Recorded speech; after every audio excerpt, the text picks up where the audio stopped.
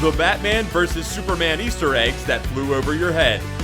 With a running time of 2.5 hours, Batman vs. Superman Dawn of Justice has a lot going on. We've gone over all 153 minutes with a fine-toothed comb and picked out the best and biggest Easter eggs to give you hints of what to look for in the movie. Here's a spoiler-filled guide to all the DC Comics goodies peppered throughout the film. One more time, for anyone who's not paying attention, major spoilers ahead. Still here? Great. Let's dive in. Darkseid is coming. Bruce Wayne's nightmare vision, which occurs while he's asleep at his bat desk, hints at something major looming on the DC movie horizon. Fans of the comics will recognize the flying creatures in this scene as parademons, the nasty comics creatures who serve the intergalactic uber-villain known as Darkseid. You can also see Darkseid's Omega symbol carved into the ground at the beginning of Bruce's vision, and Luthor seems to directly reference his impending arrival when he threatens he's coming at the end of the movie. But that's not the only hints of Darkseid's presence we get out of Batman vs. Superman. Mother Box.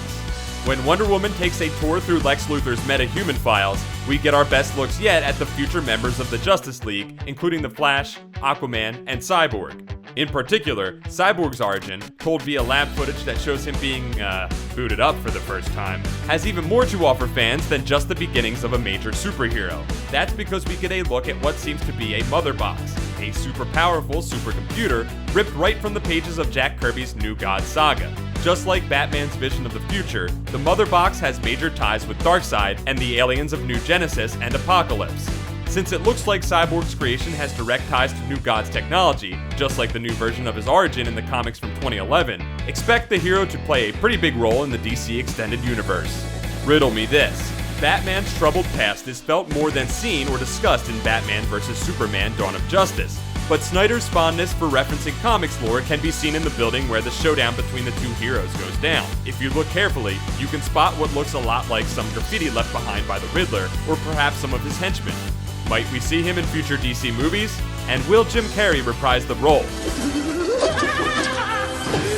Joygasm! KGBeast. Lex Luthor has a high-ranking henchman in Batman vs. Superman named Anatoly Knizia, played by Callan Mulvey, and although he doesn't look anything like he does in the comics, DC fans will recognize that as the real name of the villain known as KGBeast.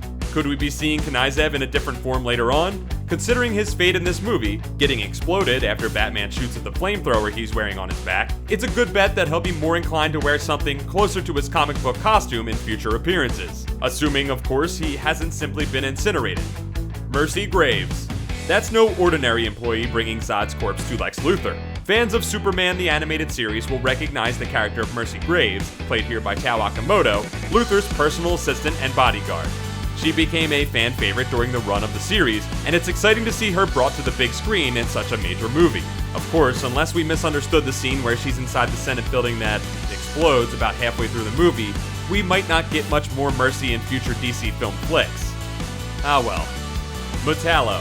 Before the movie came out, it was rumored that Batman vs. Superman Dawn of Justice would feature an appearance by Metallo, the comics villain who goes from life as a soldier to a life of crime after having his body rebuilt with kryptonite-powered cyborg parts. That didn't quite happen, probably because of how many other details were crammed into its running time. Yet, if you watch the closing credits, you'll see that one of the technicians demonstrating the effects of kryptonite in Luthor's lab is named Emmett Vale, which just happens to be the name of the scientist who built Metallo. Watch for the Metal Man to make his debut in a future DC Extended Universe film. Jimmy Olsen. As much fun as Zack Snyder clearly has calling back to the comics, he isn't above changing things up when it suits him. Case in point, Jimmy Olsen's brief and ultimately tragic cameo in Batman vs. Superman Dawn of Justice. Early in the film, when Lois travels to the fictional country of Nairobi, Africa for a story, she's accompanied by a photographer who turns out to be a CIA spook and is quickly put to death by the warlord she's interviewing. According to remarks Snyder made during his press tour for the film, that's actually Jimmy Olsen. Although Snyder didn't think there was any room in the DC cinematic universe for him, the director decided putting one of Superman's best friends in the movie and killing him off would be a way to have fun with the character. Zod of Kandor. We saw a return from Man of Steel's bad guy, General Zod, albeit in the form of a corpse, and then a CGI monster. While the trailers showed that to be the case months before the movie dropped, the little robots inside the Kryptonian ship did give us another cool little Easter egg. We find out that Zod comes from the city of Kandor, which is better known to comic fans as the Bottle City of Kandor. the capital city of Krypton, Kandor is shrunken and stolen by the Superman villain Brainiac and is added to his intergalactic collection of artifacts. After Superman and Brainiac square off, Kandor ends up under Superman's protection at the Fortress of Solitude. Hopefully we get a chance to see a movie version of the classic Superman villain with Kandor in tow. The Dark Knight returns. If you've watched Watchmen, you know that Zack Snyder likes recreating comic panels in his film adaptations, and Batman vs. Superman: Dawn of Justice is loaded with callbacks to one of its biggest inspirations, the Frank Miller graphic novel The Dark Knight Returns. It starts early, with the movie's depiction of Bruce Wayne's parents being killed. A shot of Miss Wayne's pearls around the mugger's gun is a direct lift from the book, and continues throughout the movie, both in the dialogue and in the way certain shots are lined up. More than anything, however, Batman's powered armor, which he wears during the title fight with Superman, is taken straight from Miller's iconic series. Action Comics. Love him or hate him, Snyder definitely enjoys paying homage to the comics. One brief example comes during an argument between Clark Kent and Perry White at the office of the Daily Planet, during which White tells Kent that he can't report on the types of stories he wants to cover because it's not 1938 anymore. As any DC fan can tell you, that's the year Superman made his first appearance in Action Comics #1. Must there be a Superman? The movie's Action Comics reference is far from the only nod to the Man of Steel's printed adventures. During one scene, the Senator played by Holly Hunter asks, "Must there be a Superman?"